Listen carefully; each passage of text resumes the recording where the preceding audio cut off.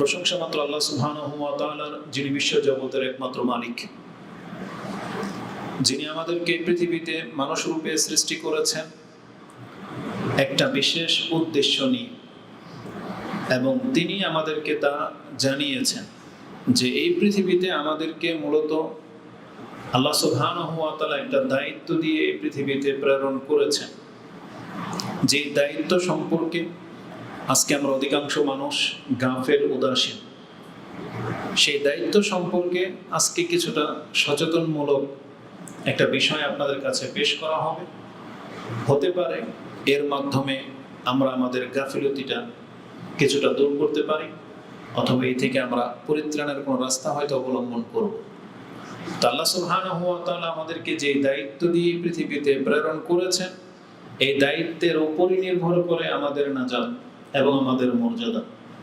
যদি দুনিয়াতে আমরা সেই দায়িত্ব পালন করি, তাহলে এই দুনিয়াতে যেমন আমরা একটা শান্তি এবং শৃঙ্খল রাষ্ট্র পাবো, ঠিক তেমনি পরকালে এর বিনিময়ে আল্লাহ আমাদেরকে সুউচ্চ জান্নাত দেওয়ার ওয়াদা করেছেন।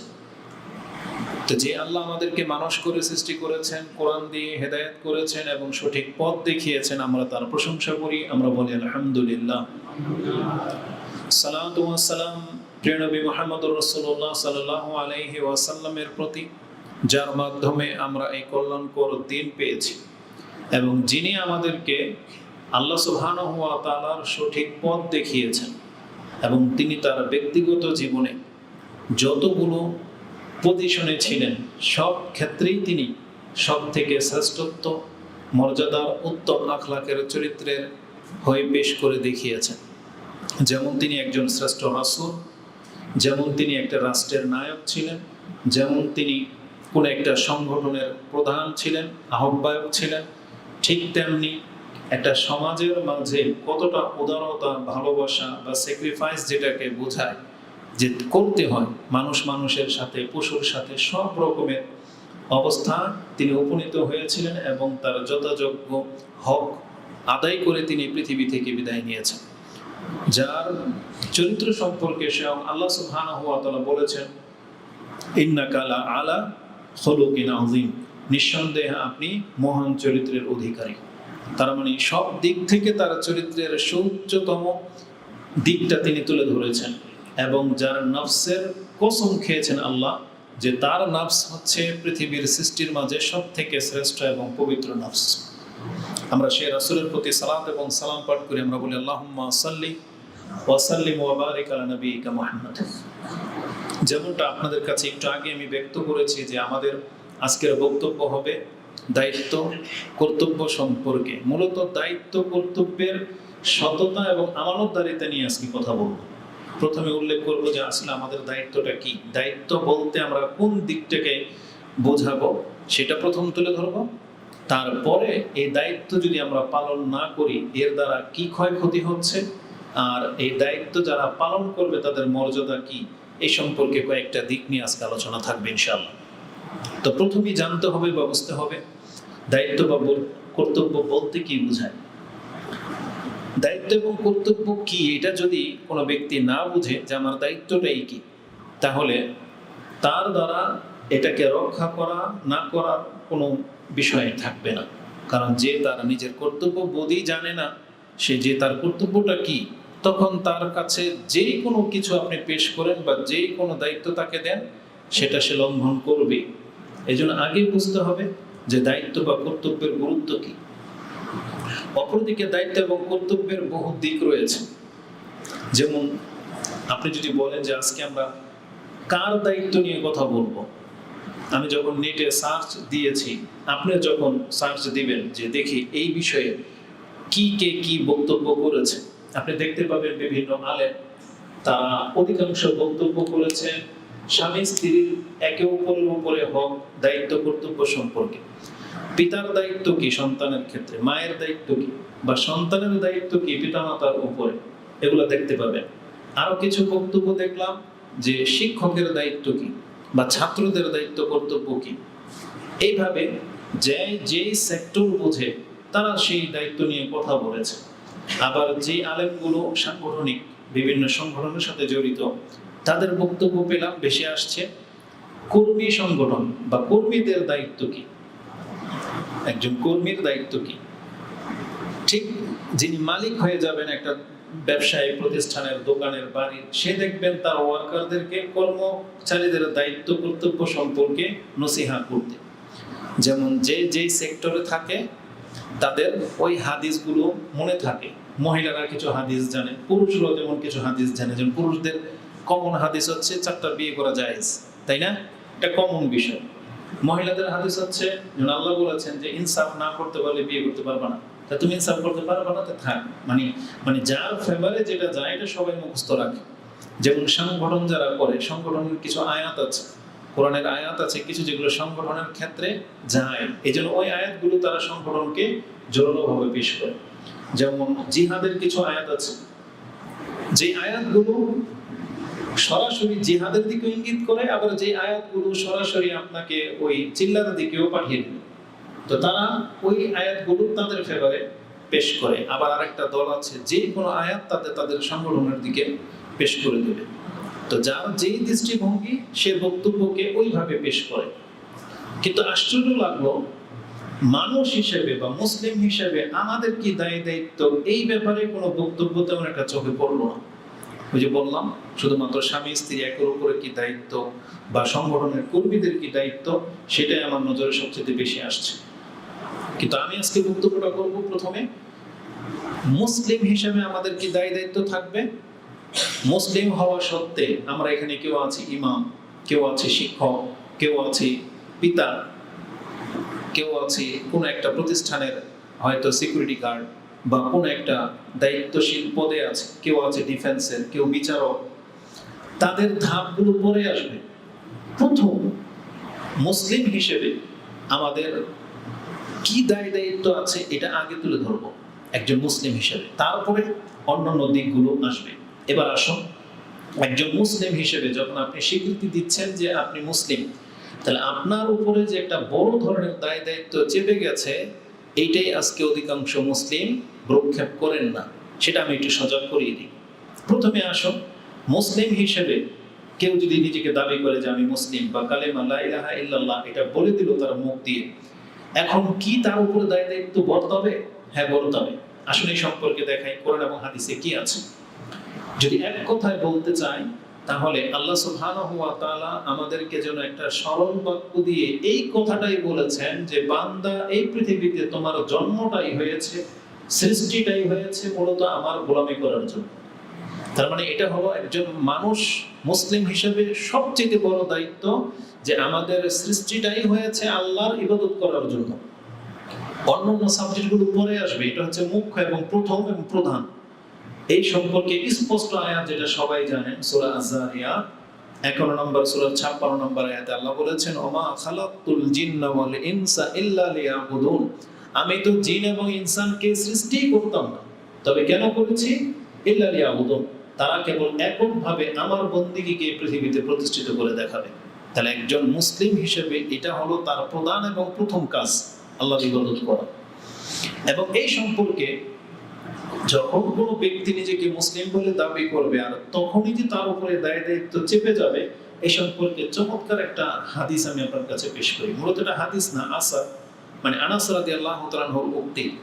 যদিও তিনি যেই বাক্যটা বলবেন এই বাক্যটা সরাসরি হাদিস আছে, রাসূল সাল্লাল্লাহু আলাইহি ওয়াসাল্লাম নিজেও এরকম একটা হাদিস আছে। তবে আনাস রাদিয়াল্লাহু তাআলা আনহুর একটা উক্তি আপনার কাছে পেশ করি। ইমাম বুখারী রাহিমাহুল্লাহ তিনি তার কিতাবুস সালাত, সালাতের অধ্যায় 8 নম্বর পর্বের 28 নম্বর অধ্যায় তিনি একটা হাদিস কোট করেছেন। কিবলা, আমাদের যে কিবলা আছে, ইস্তিকবাল আল কিবলা, মানে কিবলাকে, কাবাকে কিবলা বানালে বা আমাদের কিবলা যে পশ্চিম দিকে কাবার দিকে, এটা যখন কেউ মেনে নেয় তার মর্যাদা কি, এই পর্বে তিনি একটা আসার এনেছেন, মানে একটা উক্তি। হাদিস নাম্বার হচ্ছে 393। সালা মাইমুনা বিনতু সিয়া আনাস ইবনে মালিক রাদিয়াল্লাহু তাআলাকে জিজ্ঞাসা করা হয়েছে, কালা ইয়া আবা হামজা, হে আবু হামজা, এটা আনাস রাদিয়াল্লাহু তাআলার কুনিয়া। তাকে বলা হয়েছে, মা ইউহাররিমু দামুল আবদি ওয়া মালুহু, একজন ব্যক্তির রক্ত এবং সম্পদ কিসে হারাম হয়, তার মানে একটা রাষ্ট্রের নায়ক বা ওই রাষ্ট্রে যারা বসবাস করবে, এই ব্যক্তির রক্ত ঝরাতে পারবে না, এই ব্যক্তির সম্পদ দিকে বাজে দৃষ্টি তাকাতে পারবে না। মানে এই ব্যক্তির সম্পদ এখানে পড়ে থাকবে, এটা আমাদের কাউকে ধরার অধিকার নাই, আর তার রক্ত ঝরানোর অধিকার আমাদের নাই। কি করলে, এই ব্যক্তিটা কি করলে তার রক্ত এবং সম্পদ হারাম হয়ে যাবে সবার জন্য? কি এমন কিছু? তিনি বলছেন ফাকালা মান শাহিদা আল্লাহ ইলাহা ইল্লাল্লাহ, যেই ব্যক্তি এটা সাক্ষী দেবে যে আল্লাহ ছাড়া সত্য কোনো ইলাহা নাই, ওয়াস্তাকবালা কিবলাতানা, আর যেই ব্যক্তি আমাদের কিবলাকে কিবলা মনে করে, ওয়াসাল্লা সালাতানা, আমাদের মতো করে সালাত আদায় করে, এই ব্যক্তি হলো সেই ব্যক্তি। ওয়া আকালা যাবিহাতানা, এবং যেই ব্যক্তি আমাদের যাবাহা করা পশুকে হালাল মনে করে, ফাহুয়াল মুসলিম, এই হলো মূলত মুসলিম। আর এর অধিকার কি? লাহু মা লিল মুসলিম ওয়া আলাইহি মা আলাল মুসলিম। এই শেষের দুইটা বাক্যই হচ্ছে আজকের আলোচনার মূল বিষয়। আনাস রাদিয়াল্লাহু তাআলা আনহু তিনি বলতেছেন, যেই ব্যক্তি সাক্ষী দেয় আল্লাহ ছাড়া সত্য কোনো ইলাহা নাই এবং আমাদের মতো করে সালাত আদায় করে, আমাদের কিবলাকে কিবলা মনে করে, তাহলে এই ব্যক্তির পরিচয় হলো এ হলো মুসলিম। আর যখনই এই ধরনের কোনো মুসলিম পৃথিবীতে থাকবে, তাহলে তার সম্পদ, তার রক্ত কি হারাম, মানে পবিত্র। এখন আপনি অন্যায়ভাবে তার রক্ত ঝরাইতে পারবেন না, অন্যায়ভাবে তার মাল সম্পদ আপনি ভক্ষণ করতে পারবেন না, মানে তার সাথে জালিয়াতি করতে পারবেন না, কারণ সে একজন মুসলিম। আর মুসলিম মানেই হলো এমনটা সম্মানিত। এই কথাটা বলতে গিয়ে তিনি শেষে একটা কথা বলেছেন, হুয়া মুসলিম, মানে সে হচ্ছে একজন মুসলিম ব্যক্তি। লাহু মা লিল মুসলিম, আল্লাহ সুবহানাহু ওয়া তাআলার পক্ষ থেকে একজন মুসলিমের যত অধিকার আছে, মুসলিম হলে যত অধিকার আছে সব তার উপরে বর্তাবে। তার মানে সে ওই সমস্ত সম্মান পাবে। যেমন প্রথম মুসলিম ধরেন মুহাম্মদুর রাসূলুল্লাহ সাল্লাল্লাহু আলাইহি ওয়াসাল্লাম, তারপরে আবু বকর, তারপরে ওমর, ওসমান, আলী, তাদের মান সম্মান যা, এই ইসলামের উপরে তাদের হক যতটা, কিয়ামত পর্যন্ত যে কোনো ব্যক্তি কালেমা সাক্ষী দেবে, সেও একই মানের মর্যাদার মুসলিম, সেও একই মানের মর্যাদার মুসলিম। মানে আবু বকর রাদিয়াল্লাহু তাআলা রক্ত ঝরানো যেমন হারাম, এই ব্যক্তি পাপী হলেও এর রক্ত ঝরানো কি হারাম। কিসের ভিত্তিতে? শুধু মুসলিম হওয়ার ভিত্তিতে। বলছে লাহু মা লিল মুসলিম, একজন মুসলিম যত ফ্যাসিলিটি পাবে রাষ্ট্রনায়কের পক্ষ থেকে, একটা সাধারণ মুসলিম ওই একই রকমের মান মর্যাদা রাখে, মানে সেও এই ফ্যাসিলিটিগুলি পাবে। এবং তিনি বলেছেন ও আলাইহি মা আলাল মুসলিম, একজন মুসলিমের উপরে যত রকমের দায় দায়িত্ব আছে, এই ব্যক্তির উপরেও ওই দায় দায়িত্ব চেপে যাবে। তার মানে যখনই আবু বকর রাদিয়াল্লাহু তাআলা বলেছেন লা ইলাহা ইল্লাল্লাহ মুহাম্মাদুর রাসূলুল্লাহ, তার উপরে যতগুলো দায় দায়িত্ব চেপে গেছে, এখনো যদি কেউ বলে আশহাদু আল্লা ইলাহা ইল্লাল্লাহ, তাহলে ওই একই দায়িত্ব আপনার আমার উপরে চেপে যাবে। আমি এই কথাটা কেন আপনার কাছে পেশ করেছি?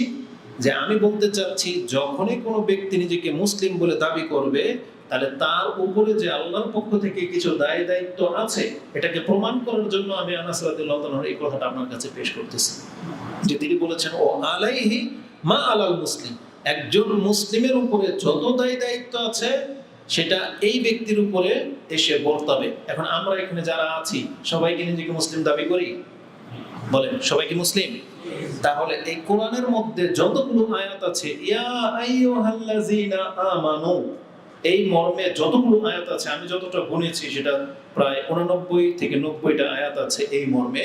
এই প্রত্যেকটা আয়াত এখন আমাদের প্রত্যেকের উপরে সমানভাবে ফরজ।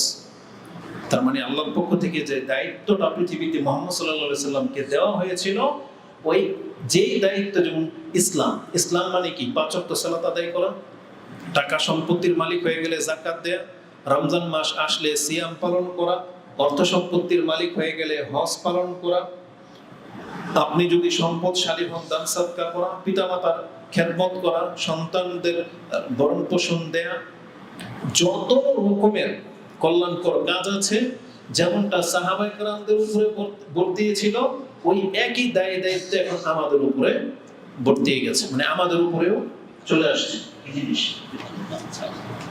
বিরাট হচ্ছে, থাক সমস্যা নেই। আমার এই যে কথাটা এখন বললাম যে প্রত্যেকটা বিষয়ে যখন একটা দলিল পেশ করা হয় আপনি কিন্তু এটাকে গুরুত্বের সাথে নিতে হবে। যদিও সাধারণভাবে আপনার ওটা বোধগম্য নয়, কিন্তু এই যে কথাটা আমি আপনাকে পেশ করলাম, আনাস রাদিয়াল্লাহু আনহু তার দৃষ্টিভঙ্গিটা কি? একজন ব্যক্তি পৃথিবীতে যে ব্যক্তি বলে দিয়েছে লা ইলাহা ইল্লাল্লাহ, তার মানে এই ব্যক্তির মর্যাদা হলো একজন মুসলিম, মানে আল্লাহর নজরে যে ব্যক্তি মুসলিম তার যে মর্যাদা এখন তার সেই মর্যাদা। সে বাহ্যিকভাবে পাপই ধরেন, তাকে পাপ করতে দেখেছেন, অন্যায় করতে দেখেছেন, কিন্তু সে পুরো ফ্যাসিলিটিটা পাবে। যেমন সে মানে কোন একটা পাপ করলেই তাকে আপনি কাফের বলতে পারবেন না, ধরলেই তাকে হত্যা করে দিবেন তা চলবে না, কারণ মুসলিমের যে মানদণ্ড আছে এই অনুযায়ী সে এখন মুসলিম। এটা আমি আপনাকে বোঝাতে চেয়েছি, যেটা আনাস রাদিয়াল্লাহু তাআলা আনহুর দৃষ্টিভঙ্গি এটা। আর যখনই আপনি মুসলিম দাবি করলেন, আপনি জেনে নেন, আপনি মানেন আর না মানেন, পুরো ইসলামটা এখন আপনার মাথার উপর, আপনাকে এটা বহন করতেই হবে। তাহলে আপনি মুসলিম, নাইলে আপনার মুখে শুধু মুসলিম, কিন্তু আল্লাহ সুবহানাহু ওয়া তাআলার দৃষ্টিভঙ্গি থেকে আপনি পৃথক হয়ে যাবেন। তাহলে এই কথার উপরে প্রথমে আসেন যে একজন মুসলিম যখন নিজেকে কেউ দাবি করবে, তাহলে তাকে এটা প্রথম মেনে নিতে হবে যে তার উপরে ইসলামটাকে পেশ করে দেওয়া হয়েছে, এখন সে এটা বোঝা বহন করতে বাধ্য, এটা তার দায়িত্ব। এই কথাটা আল্লাহ সুবহানাহু ওয়া তাআলা কতভাবে বলেছেন, ইন্না আরাদনাল আমানাতা আলাস সামাওয়াতি ওয়াল আরদি ওয়াল জিবাল ফাআবাইনা আইয়াহমিলনাহা ওয়া আশফাকনা মিনহা ওয়া হামালাহাল ইনসান। আল্লাহ বলেছেন আমি এই আমানতকে তো পাহাড়, আকাশ, জমিনের উপরে দিতে চেয়েছিলাম, তারা এটাকে বহন করতে অপারগতা পোষণ করেছে। ওয়া হামালাহাল ইনসান, কিন্তু এটা বহন কে করেছে? মানুষ।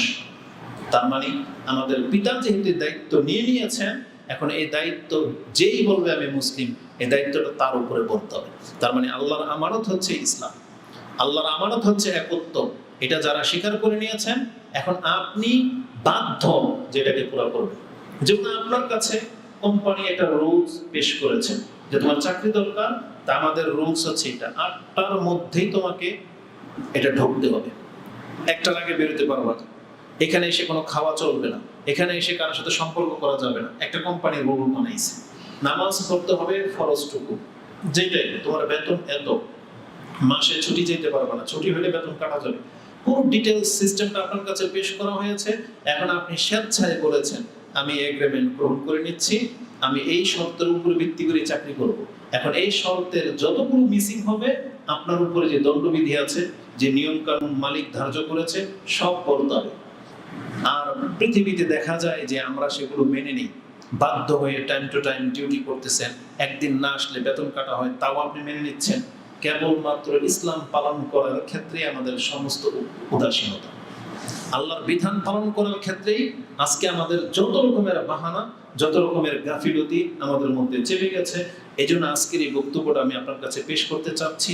আপনার দায়িত্ব সম্পর্কে একটু সচেতন হন যে আমাদের ইসলাম পালন করা এটা কিন্তু আমাদের উপরে দায়িত্ব, আর আমরা সব সেক্টরে এই দায়িত্বের ক্ষেত্রে অনেক বেশি গাফেল। সেটা আজকে আপনাকে স্মরণ করিয়ে দিই। কোরআনে আল্লাহ সুবহানাহু ওয়া তাআলা আমাদেরকে বলেছেন আমার ইবাদত করতে হবে মানুষ, আমি তো তোমাকে এছাড়া কোনো আদেশই করিনি। যেমন কোরআনে আল্লাহ সুবহানাহু ওয়া তাআলা আরেকটা আয়াত আপনি পেয়ে যাবেন, যেটা সূরা জুমার 39 নম্বর সূরা, তার 11 নম্বর আয়াতে আল্লাহ বলেছেন কুল ইন্নী উমিরতু আন আবুদাল্লাহা মুখলিসাল লাহুদ্দিন, আমি তো কেবলমাত্র এই আদেশ প্রাপ্ত হয়েছি যে আমি খালেস ভাবে আমি আমার রবের দিন মেনে চলবো, এটাই ছাড়া আমাকে আর কোনো আদেশ করা হয়নি। যে আমাকে কুল ইন্নী উমিরতু আন আবুদাল্লাহা মুখলিসিনা লাহুদ্দিন, মুখলিসান লাহু আদ-দ্বীন, মানে দ্বীনকে খালেস করে দিয়ে, মানে আমি আল্লাহর গোলাম হব, আমাকে এই আদেশ করা হয়েছে। এটা আল্লাহর রাসূল মুহাম্মদুর রাসূলুল্লাহ সাল্লাল্লাহু আলাইহি সাল্লাম তিনি বলতেছেন আমি এই আদেশ প্রাপ্ত হয়েছি যে আমি খালেস ভাবে আল্লাহর বান্দা হব। কেন এখানে খালেস ভাবে বলা হয়েছে? তার মানে এই ক্ষেত্রে আপনার রূপ, আপনার বংশ, আপনার রক্ত, আপনার মর্যাদা, আপনার অর্থ সম্পত্তি, আপনার শরীরের গোশত থাক বা না থাক, ছোট না বেটে, কোন দেশের আপনি, এগুলো কোনো ম্যাটার রাখে না। মানে আপনার দেহের মধ্যে একটা আত্মা আল্লাহ দিয়ে দিয়েছেন, এই দেহটা অর্ধেক দেহ, ধরে নেন অর্ধেক, কিন্তু তাকেও দিন পালন করতে হবে। সে কিভাবে পালন করবে এর রূপরেখা ইসলাম জানিয়েছে। যেমন যে ব্যক্তির পা নাই, ও কিভাবে সালাত করবে? বসে করবে, কারণ যেহেতু রাসূল বলেছেন সাল্লি কায়িমান, তুমি সালাত আদায় করো দাঁড়িয়ে। ফাইন লাম তাস্তাতি ফাবি জালিসান, তো তুমি বসে সালাত আদায় করবে। যদি বসে সম্ভব না হয় শুয়ে পড়বে। আর যেই ব্যক্তির হাত পা নড়ে না তাকে বলা হয়েছে ইশারায় সালাত পড়বে। মানে আল্লাহ তার বিধিবিধান জানিয়েছেন, কিন্তু যারা পা নাই তার সালাত কি মাফ? মাফ না। যেই ব্যক্তি সেন্সে আছে কিন্তু অক্সিজেন লাগানো, তার সালাত মাফ? মাফ নাই। আমি যখন আসলে এটা বলি না, আমাদের অন্তর কিন্তু ফেটে যায়। কারণ আজকে আমরা সুস্থরা ধর্মটাকে এমন ভাবে তামসা বানিয়ে ফেলেছি, অথচ আমাদের ইসলামের দিক নির্দেশনা দেখেন, এই ব্যক্তি পর্যন্ত নামাজ থেকে মাপ পাচ্ছে না। এটা কিভাবে বুঝাই?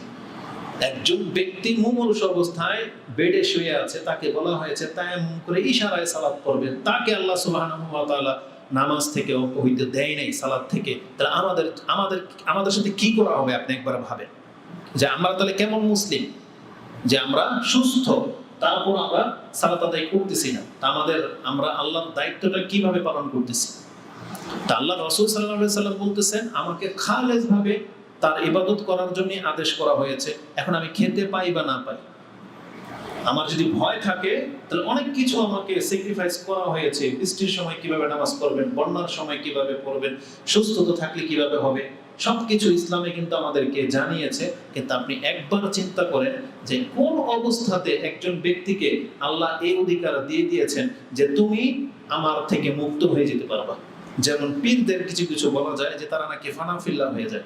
তারা মানে একটা পর্যায়ে গেলে তারা আল্লাহর বান্দিগি থাকে না, তারা মিলে মানে ঊর্ধ্বে উঠে যায়। কি যেন একটা শব্দ বলে তারা, মানে যারা ইবাদত করতে করতে একটা অবস্থায় তারা ওই স্টেজ পার করে ফেলে। কি যেন তারা বলে এটাকে কামালিয়াত হাসিল করে তারা, বুঝছেন?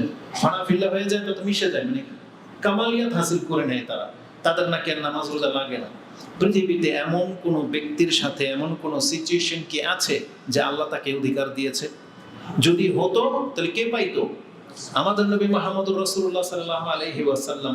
অথচ সেই রাসূল সাল্লাল্লাহু আলাইহি সাল্লামের একটা হাদিসকে ইমাম বুখারী আপনি সালাতের অধ্যায়ে দেখেন এনেছেন যে একজন ব্যক্তি কতটুকু অসুস্থ হলে তার জামাত মাফ। এটা প্রমাণ করতে গিয়ে তিনি রাসূল সাল্লামের এমন একটা হাদিস এনেছেন, আমাদের কারো উপায় নেই। কি হাদিস এনেছেন জানেন? রাসূল সাল্লামের জীবনের সর্বশেষ নামাজ, যে তিনি অজ্ঞান হয়ে আছেন, কিছুক্ষণ পর যখন তার হুঁশ ফিরেছে তখন বলেছেন আসাল্লান নাস, মানুষ কি নামাজ পড়ে নিয়েছে? তখন বলা হলো যে না, অপেক্ষায় আছে। আবার বেহুশ হয়ে গেছেন। আবার যখন জ্ঞান ফিরেছে ফালাম্মা ওয়াজাদা ফি নাফসিহি খিফাতান, তিনি যখন তার নাফসের উপর একটা হালকা অনুভব করলেন, যে মরে যাবেন একটু পরে রাসূলুল্লাহ সাল্লাল্লাহু আলাইহি ওয়াসাল্লাম, কিন্তু তার মনে হচ্ছে মাথা ব্যথা মনে একটু কমেছে, আমি মনে হয় উঠে দাঁড়াতে পারবো। তিনি যখন তার অন্তর থেকে এটা ফিল হলো যে আমি একটু সুস্থ বোধ করতেছি, তখন তিনি কি করলেন? হাদা বাইনা রাজুলাইনি, তিনি দুই ব্যক্তির কাঁধে ভর করে দাঁড়াতে চাইলেন, কিন্তু পারলেন না। কিন্তু সেই দুই ব্যক্তিকে আব্বাস এবং আলী রাদিয়াল্লাহু তাআলা আনহুমা, তারা দুইজনে তাকে টেনে তুলেছেন। রাসূল কিন্তু হেঁটে যেতে পারে নাই। তার ঘর থেকে এই মেহরাব পর্যন্ত তিনি তারা আলগিয়ে এনেছেন রাসূলের পা দুইটা এইভাবে বালুর মধ্যে হেঁচ দিয়ে, তারপরে তার মিম্বর পর্যন্ত তাকে নিয়ে আসা হয়েছিল। আয়েশা রাদিয়াল্লাহু তাআলা আনহা বলেন, কানা আনজুরা ইলাই, আমি মনে হয় এখনো তার পা দুইটাকে আমি দেখতে পাচ্ছি, যে আমার ঘর থেকে তাকে তার নামাজের জায়গা পর্যন্ত তাকে হেঁচড়িয়ে নিয়ে যাওয়া হয়েছিল। ইমাম বুখারী এই হাদিসটাকে কোট করে বলেছেন, তাহলে একজন ব্যক্তির যদি এই পর্যায়েও সালাতে জামাতে আদায় করার মতো মন মানসিকতা রাখে, তাহলে আমরা আর কোন সিচুয়েশনে জামাত ছাড়তে পারি? আর আমরা সুস্থ ব্যক্তিরা নামাজ ছেড়ে দিয়ে বসে আছি। তো যাই হোক, আমি বোঝাতে চেয়েছি আমি আর আপনি আল্লাহর গোলাম, আল্লাহর ইবাদত করতে হবে। এমন কোনো অবস্থা নাই যে অবস্থা থেকে এই বন্দিগি কেটে যেতে পারে। আপনি রাজনীতিবিদ, আপনি টিচার, আপনি মুদির দোকানদার, আপনি অনেক বড় ব্যবসায়ী, আপনি অভাবী, খাটো, চোখে দেখেন না, কি আছে বলেন তো, পেশ করেন আল্লাহর কাছে। আপনি দেখতে পাবেন এমন কোনো অবস্থা নাই যে অবস্থা থেকে আল্লাহর বন্দিগি কেটে যেতে পারে। এমন কোনো অবস্থা নাই। একটা সিচুয়েশন, সেটা হচ্ছে মৃত্যু। কারণ আল্লাহ সুবহানাহু ওয়া তাআলা কি বলেছেন?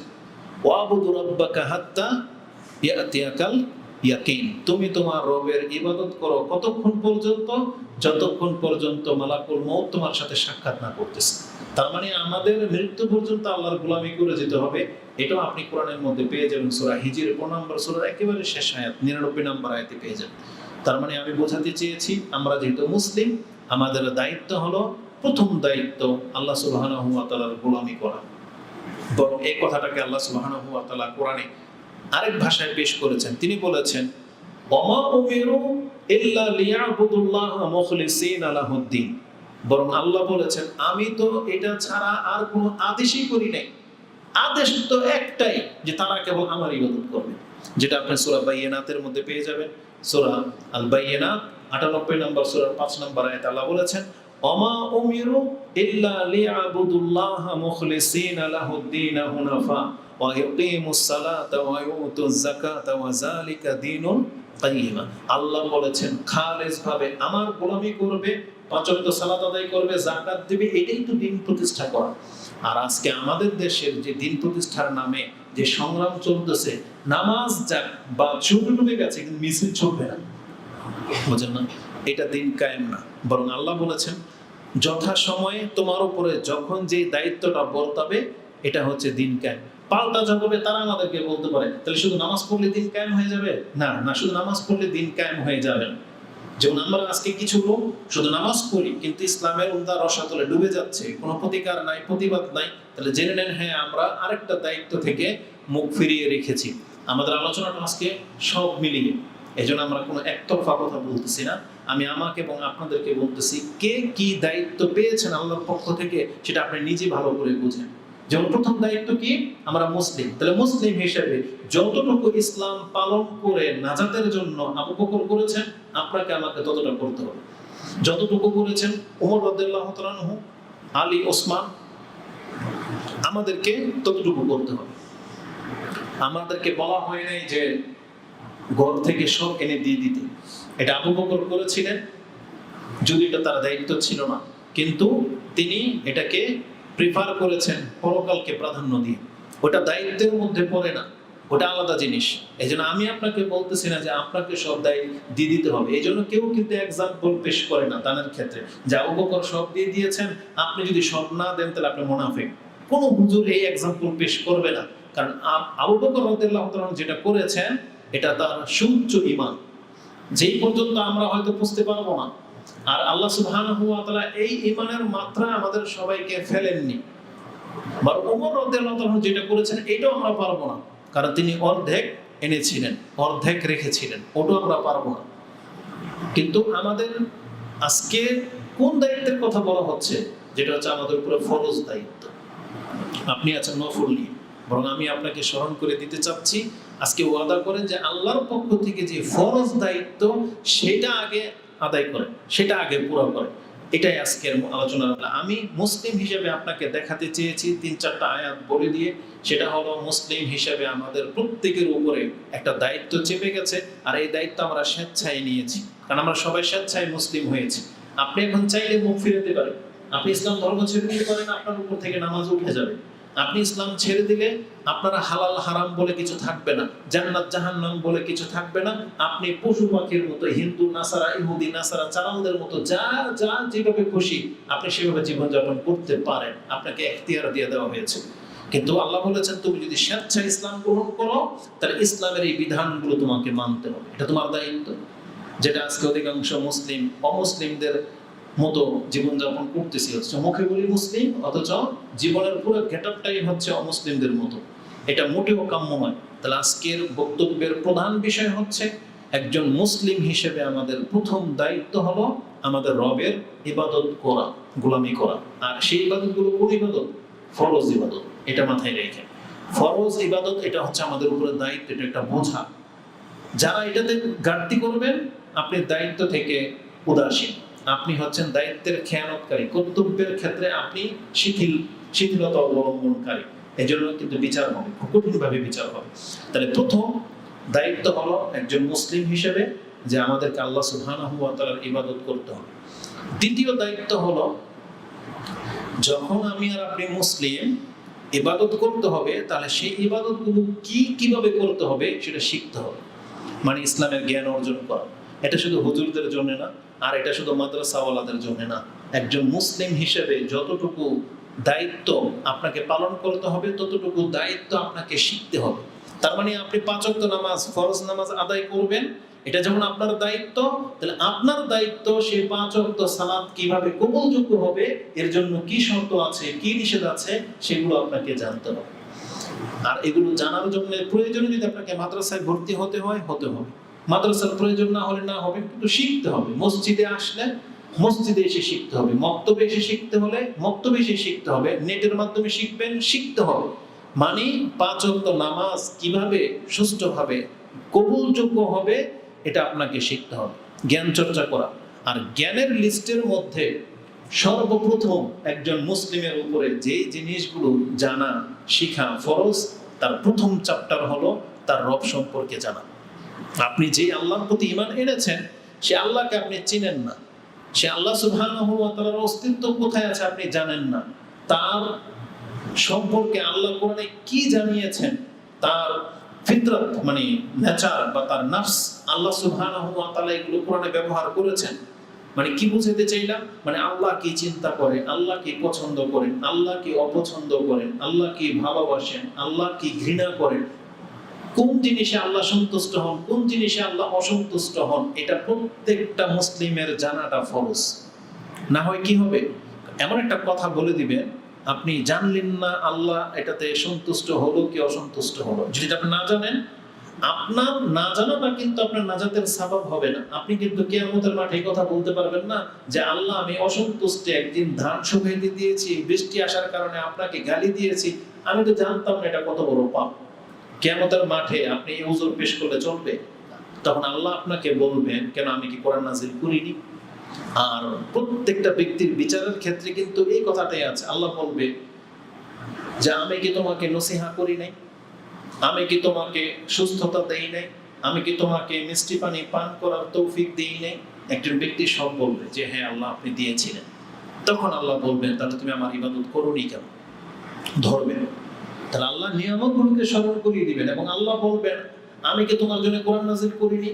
এমনকি রাসূল সাল্লাল্লাহু আলাইহি ওয়াসাল্লামকে নিয়ে আসা হবে যে এই ব্যক্তি সম্পর্কে তোমার মন্তব্য কি, তাকে কি আমি পাঠাই নাই? এটা বলা হবে। তো তার মানে কি? তার মানে হলো আমরা যে দিন পালন করা যেটা আমাদের দায়িত্ব, সেই দিন কি এটা শিক্ষা করা, এটা আমাদের দায়িত্ব। যেই দায়িত্ব থেকে আজকে পৃথিবীর অধিকাংশ মুসলিম মুখ ফিরিয়ে নিয়েছে। অধিকাংশ মুসলিম বলা চলে। যেই ব্যক্তি সূরা ফাতিহার অর্থ শিখল না এখন পর্যন্ত, আত্তাহিয়াতুর অর্থ জানে না, দুরূদের অর্থ জানে না, নামাজে সে কি বলে আল্লাহু আকবার, সামিআল্লাহু লিমান হামিদা, এই যে বাক্যগুলো যে কি বলে সে আল্লাহর কাছে সুবহান রাব্বিয়াল আলা বা সুবহান রাব্বিয়াল আযীম, এর মানে কি সে জানলো না আজ পর্যন্ত। তাহলে এই ব্যক্তি কতটা গাফেল। তাহলে দ্বিতীয় মূলনীতি হলো আমাদেরকে আমাদের দায়িত্বের মধ্যে পড়ে যে আমাদেরকে বলা হয় নাই যে আপনি পুরো পিএইচডি করে ফেলবেন, কিন্তু কতটুকু দায়িত্ব, আমাদের রব যে একজন আছেন ইলাহ হিসাবে, এটা আপনাকে জানতে হবে। এটা জানার জন্য আপনার যা করা লাগে আপনাকে করতে হবে। এটা যে প্রথম জানতে হবে, এই সম্পর্কে আল্লাহ সুবহানাহু ওয়া তাআলা কিন্তু আয়াত নাযিল করেছেন। এটা আপনি কোথা থেকে দলিল নেবেন? কোরআন নাযিল হওয়ার প্রথম বাক্য কি ছিল সেটা? ইকরা। কোরআন নাযিল হয়েছে এই বাক্য দিয়েই যে ইকরা তুমি পড়ো। কিন্তু একজন ব্যক্তি যদি ওই কিতাবটা না পড়ে, যে কিতাবের মধ্যে আকীদা শিক্ষা দেওয়া হয়েছে, যে কিতাবের মাঝে তার রবের পরিচয় রয়েছে, যে কিতাবের মাঝে তার আর তার রবের সম্পর্কের কথা রয়েছে, যে কিতাবের মাঝে পরকাল সম্পর্কে সংবাদ দেওয়া হয়েছে, একজন ব্যক্তি যদি সেই কিতাবটা না পড়ে, তাহলে সে কিভাবে দাবি করবে যে সে তার রবকে চেনে? এই জন্য কোরআনের সেই আয়াতকে আপনি ফোকাস করবেন যে আমাদের উপরে পড়তে যে হবে, মানে কোরআন যে শিখতে হবে বা আমাদের ধর্মটা শিখতে হবে, এটা আমাদের উপরে অনেক বড় দায়িত্ব। আর এটা আল্লাহ প্রথম নাযিল করেছেন ইকরা বলে দিয়ে, যে ইকরা তুমি পড়ো। এই পড়তে পড়তে আপনি কি পাবেন? কোরআন যখন আপনি পড়লেন কি পাবেন? দেখবেন পড়তে পড়তে আপনি পেয়ে যাবেন যে আমাদের রব মুহাম্মদ সাল্লাল্লাহু আলাইহি ওয়াসাল্লাম কে বলেছেন ফাআলাম আন্নাহু লা ইলাহা ইল্লাল্লাহ। হে নবী আপনি জেনে নেন, এটা জ্ঞান অর্জন করেন, আল্লাহ ছাড়া সত্য কোনো ইলাহা নাই। এই আয়াত আপনি পেয়ে যাবেন, যেটা সূরা মুহাম্মদের 19 নম্বর আয়াতে আছে, যে আপনি জানেন যে তোমাদের একজন ইলাহ আছেন। তাহলে আমাদের একজন ইলাহ আছেন, এটা জানাটা প্রত্যেকটা মুসলিমের উপরে ফরজ। আর রাসূলুল্লাহ সাল্লাল্লাহু আলাইহি ওয়াসাল্লামের একটা হাদিস রয়েছে এই মর্মে, ইবনে মাজাতে আপনি 224 নম্বরে পেয়ে যাবেন মুকাদ্দামাতে, মানে শুরুতেই, যে রাসূল বলেছেন তালাবুল ইলমি ফারিদাতুন আলা কুল্লি মুসলিম, প্রত্যেকটা মুসলিমের উপর এটা ফরজ যে সে তার ধর্ম সম্পর্কে জানবে। তার ইলম, তার কি সম্পর্কে ইলম? তার রব সম্পর্কে, তার রাসূল সম্পর্কে এবং তার দ্বীনের যে মাসলা মাসাইল আছে এই সম্পর্কে আপনাকে জানতে হবে। আজকে হজ নাই, তা আজকে হজ সম্পর্কে জানতে হবে ফরজ না। আজকে আপনার টাকা হয় নাই, যাকাত সম্পর্কে জানতে হবে, এটা আপনার উপরে ফরজ না। কিন্তু আজকে যখন আপনি ইনকাম করবেন, তাহলে যেই চাকরিতে যেই সোর্সের মাধ্যমে আপনার টাকা আসবে সেই সোর্সটা হালাল না হারাম হবে, এটা আগে আপনাকে জানতে হবে। কিন্তু আজকে অধিকাংশ মুসলিমদের চরিত্র কি? সে কোনো একটা কাজ করে ফেলে, টাকা নিয়ে এসে পরে খাইয়াও ফেলছে, বুঝছেন, তারপরে কয়েক বছর পরে গিয়ে সে জিজ্ঞেস করে আমি যে কাজটা করেছিলাম এটা হালাল হয়েছে না হারাম, এটা জায়েজ না না জায়েজ, মানে ওগুলো কিন্তু পচে গলে রক্ত মাংস হয়ে গেছে, এখন গিয়ে তার প্রশ্ন জাগছে আমি যে এটা খেয়েছিলাম এটা কি হালাল না হারাম। যেমন আজকেও এক মহিলা মেসেজ দিছে যে তালিমি বৈঠকের পরে আমাকে মিষ্টি দিছে, এই মিষ্টিটা খাওয়া হালাল না হারাম, বুঝেন। তার মানে আমাদের চরিত্র হলো আমরা ঘটনা ঘটাই ফেলি, তারপরে গিয়ে যদি একটু এহসাস হয় তখন জিজ্ঞেস করে এটা হালাল ছিল না হারাম ছিল। বিয়ে করেছে 10 বছর আগে, 2টা বাচ্চাও হয়ে গেছে, এখন শুনছে যে গার্জিয়ান ছাড়া বিয়ে হয় না, তাহলে 10 বছরের এই বিয়েটা কি জায়েজ না না জায়েজ, বুঝেন। এটা আমাদের চরিত্র। কথায় কথায় তালাক দেয়, 5 বছর ধরে চলতেছে। কিছু ঘটনা বলতেছে আপনাদেরকে, 5 বছর ধরে চলতেছে, কিছু হলেই নাকি স্বামী তালাক দেয়, এই পর্যন্ত কয়েকশো তালাক হয়ে গেছে। এখন জিজ্ঞেস করতেছে আমাদের এই সম্পর্কটা কি বৈধ না অবৈধ। এটা মুসলমানদের চরিত্র। অথচ মুসলিমদেরকে কি শিক্ষা দেওয়া হয়েছে? যখনই কোনো একজন ব্যক্তি ইসলাম গ্রহণ করবে তাহলে তাকে এটাকে ধরার আগে তাকে আগে জানতে হবে এটা হালাল না হারাম, নাকি এটা খেয়ে জানতে হবে হালাল না হারাম, এটা মুখে তোলার আগে জানতে হবে এটা হালাল না হারাম। আর যখন তার কাছে জ্ঞান চলে আসবে যেটা হারাম হওয়ার সম্ভাবনা আছে, তখন সেটা তদন্ত করে দেখবে। কিন্তু মুসলিম সমাজে আমি আপনাকে বলতেছি না যে বোতলের ভিতরে পানি রাখা আছে তাই বলে কি এটা আমাদেরকে আগে জানতে হবে এটা হালাল না হারাম। এটা কি বুঝাইছি আমি? এটা বুঝাই নাই। কারণ এটা কিসের বোতল? পানির বোতল। পানি হালাল না হারাম? হালাল। তাহলে পানির বোতল যেহেতু এটা হালাল, কিন্তু এই পানিটা যদি একটা মদের বোতলে থাকতো এখন, আপনি কি খেয়ে নিতেন নাকি যাচাই করতেন? যাচাই করতেন। তার মানে যেখানে সন্দেহ আসবে, যেখানে আপনার ইলম আপনাকে বাধা দিয়ে দিবে, যে সম্পর্কে আপনার জ্ঞান নাই, ওই জায়গায় পা দেওয়ার আগে, ওটা ধরার আগে আপনার ইলম অর্জন করতে হবে। আপনি ব্যাংকে অ্যাকাউন্ট করবেন, করেন নাই এখনো, করে 10 বছর পরে জিজ্ঞেস করতেছেন এই লাভের অঙ্কটা কি হালাল না হারাম। বরং আপনাকে এখন কি করতে হতো? ওই অ্যাকাউন্টটা করার আগে জিজ্ঞেস করতে হতো যে এই নিয়মে অ্যাকাউন্ট করা যায় কি যায় না। এটা হচ্ছে মুসলিমদের চরিত্র। কিন্তু সেই মুসলিমদের চরিত্র আজকে কোথায় হারিয়ে গেছে? 10 বছর ধরে বললাম অন্যায়ভাবে বিয়ে করেছে, এখন জিজ্ঞেস করে এটা হালাল না হারাম। এটা মুসলমানদের চরিত্র হতে পারে না। এই জন্য আগে জানতে হবে যে আমাদের কোনটা হালাল কোনটা হারাম, কোনটা জায়েজ কোনটা না জায়েজ। এটা আমাদের দায়িত্বের মধ্যে পড়ে। এজন্য রাসূল বলেছেন তালাবুল ইলমি ফারিদাতুন আলা কুল্লি মুসলিম, প্রত্যেকটা মুসলিমের উপরে তার দ্বীনের জ্ঞান অর্জন করা এটা তার উপরে ফরজ। বিশেষ করে তার রব একজন আছেন, একজন মাত্র ইলাহ, এটা জানাটা প্রত্যেকটা মুসলিমের উপরে ফরজ। এটা হচ্ছে আমাদের দ্বিতীয় দায়িত্ব। তৃতীয় দায়িত্ব কি? আপনি শিখে গেছেন যে আমাদেরকে ধর্ম পালন করতে হবে, ধর্ম জানতে হবে, আপনি জানলেন এবং পালন করতেছেন। তৃতীয় দায়িত্ব হলো যেই দিন আপনি গ্রহণ করেছেন, যেটাকে আপনি হক মনে করেন, এই দিনের দিকে মানুষকে ডাকতে হবে। এটা আপনার দায়িত্ব, এটা আমাদের দায়িত্ব। যদি এটা আমরা না করি, আপনার সামনে অন্যায় হচ্ছে, সেটা আপনার সন্তান করুক বা অন্য কেউ করুক, অন্যায় হচ্ছে, আপনি জানেন যে এটা অন্যায়, তাহলে আপনি যদি এখন ওকে না ডাকেন, ওকে যদি নিষেধ না করেন, তাহলে আপনি আপনার দায়িত্ব থেকে মুখ ফিরিয়ে নিলেন। এটা আজকে অধিকাংশ মুসলিমদের চরিত্র। যে কোনো দায়িত্বশীল ব্যক্তি তার চোখের সামনে অন্যায় হচ্ছে, পাপ হচ্ছে, সে বাধা দেয় না, সে মানুষকে হকের দিকে ডাকে না। আবার আপনারা যারা হক পেয়ে গেছেন, কোরআন সুন্নাহ বুঝে গেছেন এবং বুঝতে পারতেছেন যে এটাই হক পথ, কিন্তু আপনি আপনার দ্বীন নিয়ে বসে আছেন, আপনি মানুষকে দাওয়াত দিচ্ছেন না, কিন্তু আমি আপনাকে বলে দিই দাওয়াতি কাজের গুরুত্ব কত। আমি আমাকে দিয়ে একটা এক্সাম্পল আপনার কাছে পেশ করি। যদিও মানুষ অনেক সময় নিজেকে সাধু সাব্যস্ত করতে গিয়ে কথাটা ঘুরিয়ে ফিরিয়ে বলে, কিন্তু আমি ওইরকম বিষয়টা না। আমি আমার উদাহরণে আপনাকে দিব। আমি যখন সৌদি আরবে ছিলাম তখন আমাকে প্রথম দাওয়াত দেওয়া হয়েছিল। এখানে একটা ইসলামিক কালচারাল সেন্টার আছে, এখানে একটা হুজুর বয়ান করে, দুপুরে খাবার দেওয়া হয়, তাহলে চলেন ওখানে যাই। এটা প্রথম দাওয়াত দেওয়া হয়েছিল। আর দাওয়াত দেওয়া হয়েছিল কি বলে, যে দুপুরে এখানে খাবার দেওয়া হয় আর একটা বয়ান করা হয়। আমি কিন্তু যাইনি, কারণ এই রৌদ্রের মধ্যে যেতে একটা আনইজি লেগেছে। পরবর্তীতে আমি যখন একটা কোম্পানিতে জব করি, তখন একই কোম্পানিতে তো জব করলে একই রুমে 2-3 জন থাকে। তা আমাদের রুমমেট ছিল 2-1 জন, একটা ফ্ল্যাট নিয়ে ছিলাম। আর আলহামদুলিল্লাহ, যদি অল্প বেতনই ছিল, তারপরে শান শৌকতের সাথে সৌদি আরবে ছিলাম, বস্তির মতো বসবাস করিনি। তো 2 জন ফ্রেন্ড সার্কেল ছিল, এরা জব করতো, মানে চাকরি পেতো। আমি তখন ফ্রি ছিলাম, চাকরি পাইনি। তখন বসে বসে ওই যে কার্ড আছে না, কার্ড, একা একা যখন গেমস মিলাতাম, তখন আমার দাড়িও ছিল না, কিছুই ছিল না। ইসলামিক কালচারাল সেন্টারের একজন ছাত্র ওই বিল্ডিং এ থাকতো। ও একা খেত, এদের সাথে মিশতো না, আর ও নামাজ পড়তো। আমি যখন ওই রুমে প্রথম যাই, পাশের রুমওয়ালা আমাকে বলেছিল যে আপনি আমাদের সাথে খাওয়া দাওয়া করবেন, ওনার সাথে আপনার মিলবে না, কারণ উনি একটু অন্যরকম। এই কথাটা বলছেন। কেন অন্যরকম? মানে সে আমাদের সাথে মিশে না, একটু আপার গ্রেডের।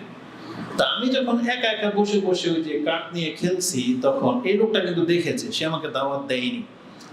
এই ইসলামিক কালচারাল সেন্টারে আমাকে দাওয়াত দিয়েছে আরেকজন, ব্রাহ্মণবাড়িয়ার এক ছেলে, নাম হচ্ছে নাহিদ। সে অনেক মেহনত করেছে এবং আমাদের পেছনে খরচ করেছে, ভাড়া দিয়ে সেন্টারে নিয়ে গেছে। একটা পর্যায়ে অন্তরটা সেন্টারে লেগেই গেল।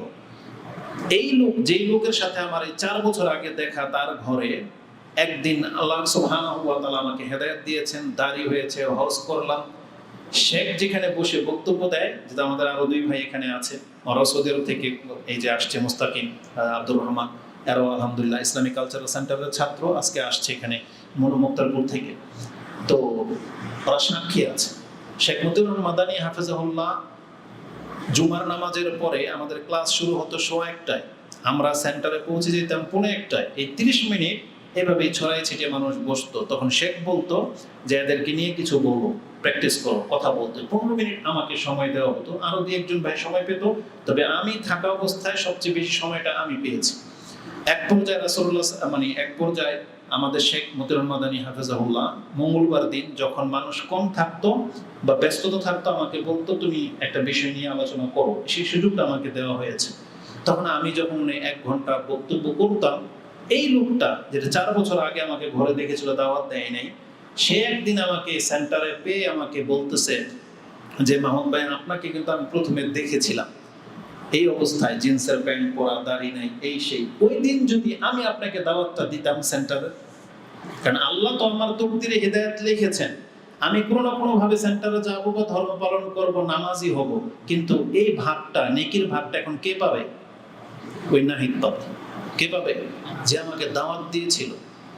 তাহলে আমি আর আপনি জানি না যে কাকে আল্লাহ হেদায়েত করবে। আমি যখন সৌদি আরব থেকে 10 বছর পরে ফিরে এসেছি, আমার বাড়ি তো পাঠানটুলি। আমাদের অধিকাংশ ফ্রেন্ড সার্কেল, ভাই ব্রাদার সবই প্লেয়ার, খেলাধুলা, গান বাজনা এগুলো নিয়ে থাকে। আমি এসে এমন কিছু ব্যক্তিদের চেহারা দেখলাম, তারা